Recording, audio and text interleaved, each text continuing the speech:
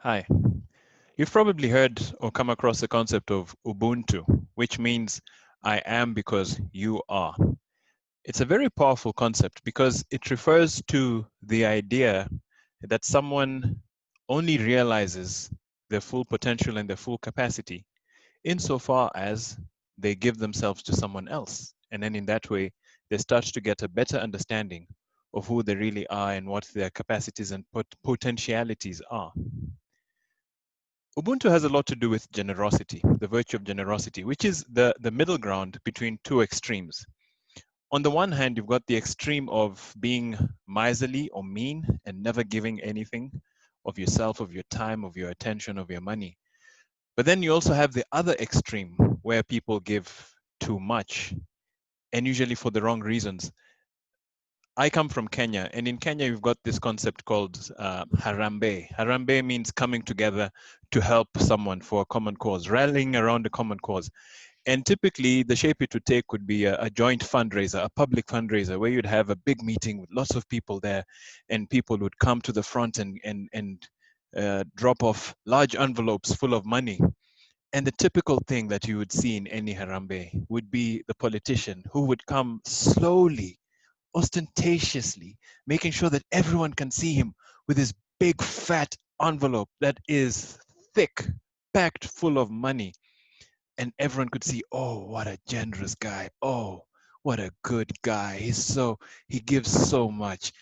That's not generosity. That's just showing off. That's wanting to call attention to one's actions. But generosity is that middle ground between those two extremes. And I think a very good example for me, someone who taught me generosity with her life, was a young lady I knew who has since passed away. And she had three passions in life. Firstly was teaching, secondly was traveling, and third was the downtrodden. In fact, the only times I saw her losing her temper was whenever we discuss someone who was being oppressed or mistreated or something like that. And what she did was, especially in her right after leaving university, so her early to mid 20s, she worked for some time. Then she saved up money because she always wanted to see South America, and so she saved up some money. And then she went on this trip she went to Cuba, and also she went to Brazil. And what she did while she was there was she went into the slums.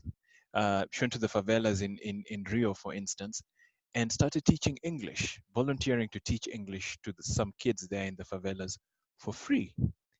And she did this on a number of occasions. And she also did the same thing in Cuba and in some other countries also. And she was one of the most joyful, effervescent, cheerful people you could ever meet. One of those people who's just so much fun to be around. And I think from her, I learned a lot about what generosity is. She was one of the most generous people I'd ever met in my life. I mean, it's not as though she was rolling in money. She wasn't. She'd literally have to work, save up, and then go on these trips that she would make from time to time. And I think from her life, from her example, I learned a couple of things about generosity. First and foremost, I learned that generosity need not be with money only. It can also be with our time, and it can also be with our attention. Secondly, I realized that from her story, I learned that generosity also does not have to be something that goes against what we enjoy doing. We can really tie in our talents and the things we enjoy doing with being generous. So this friend of mine loved teaching, and she had a natural talent for it. And so she was generous with teaching. She would do what she loved doing, which was teaching, and she also loved traveling. And she managed to combine these two, teaching and traveling, her two passions, into one.